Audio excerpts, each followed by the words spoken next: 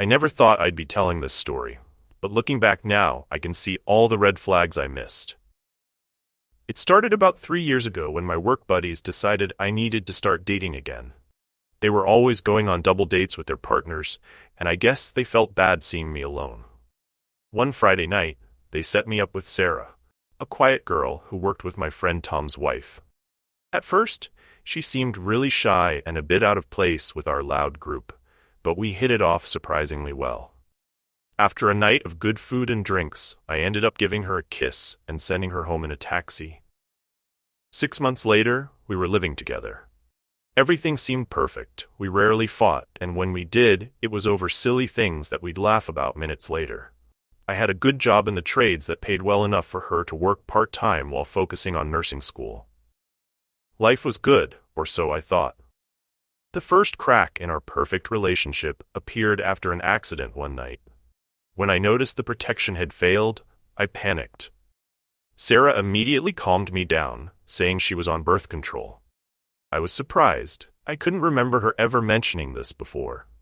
She claimed she'd told me about it while I was busy playing Fallout New Vegas, which seemed reasonable enough at the time. A week later, she started getting sick, you know the kind. Couldn't keep food down, always in the bathroom. When the pregnancy test came back positive, my world turned upside down. I tried to stay calm for her sake. I made good money, but this would mean big changes for her, putting school on hold, finding full-time work eventually. After a lot of discussion, she decided to end the pregnancy.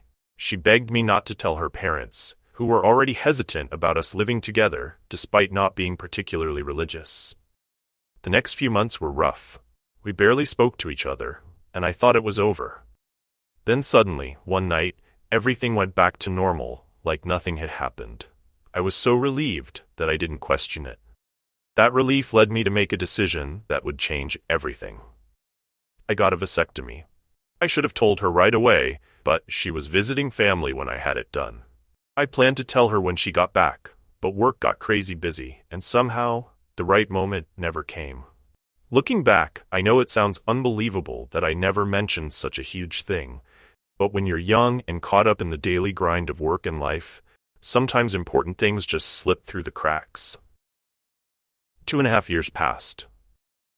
I'd been promoted several times, we'd stopped using protection since she said she had an IUD now, and we were talking about marriage after she finished school. Everything seemed perfect again, until that day in August 2014, when she got sick again. When the emergency room doctor told us she was pregnant, I played the part of the surprised but supportive boyfriend perfectly. But inside, I knew something was very wrong. That's when my real investigation began, and what I discovered would change both our lives forever. The first thing I did was consult with my company's attorney. I needed to know my rights and responsibilities, especially since I had medical proof that I couldn't be the father. He connected me with a lawyer who specialized in paternity cases, who confirmed that unless I personally signed the birth certificate, I wouldn't be legally responsible for the child.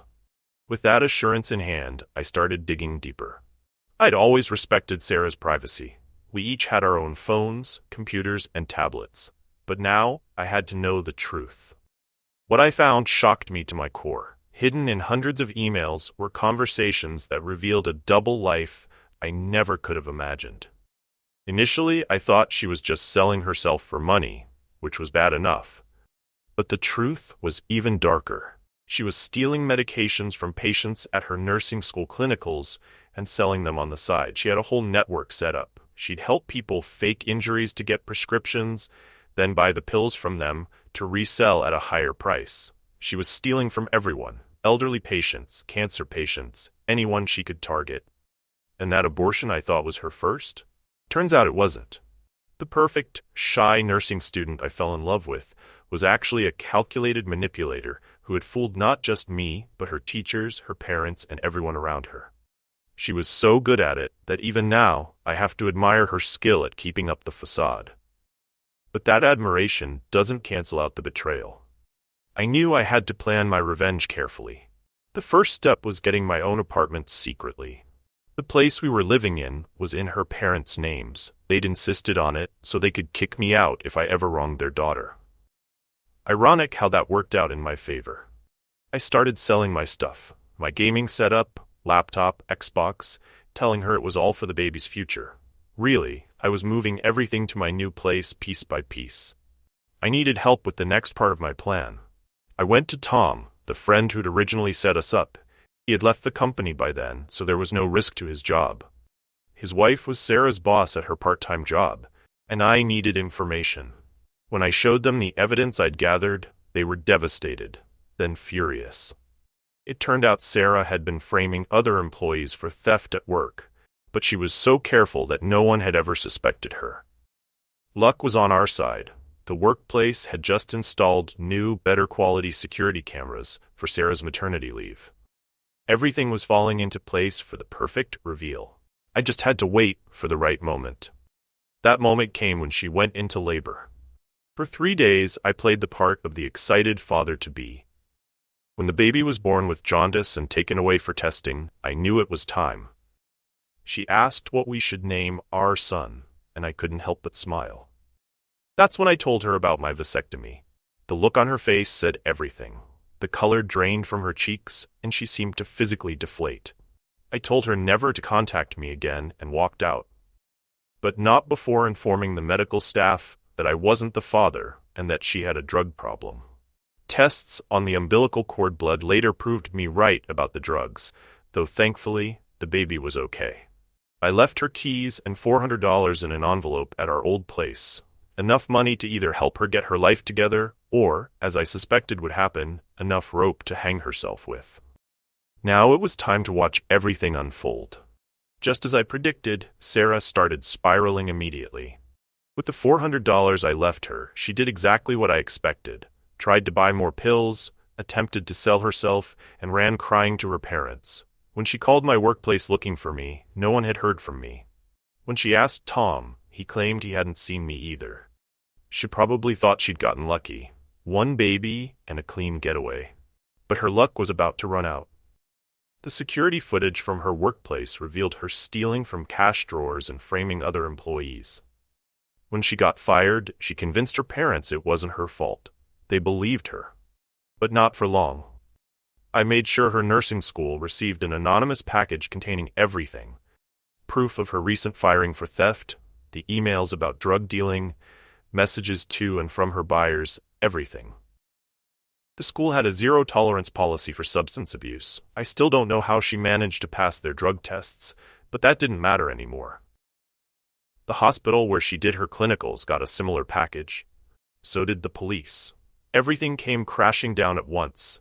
She was fired, expelled from nursing school, and had Child Protective Services breathing down her neck.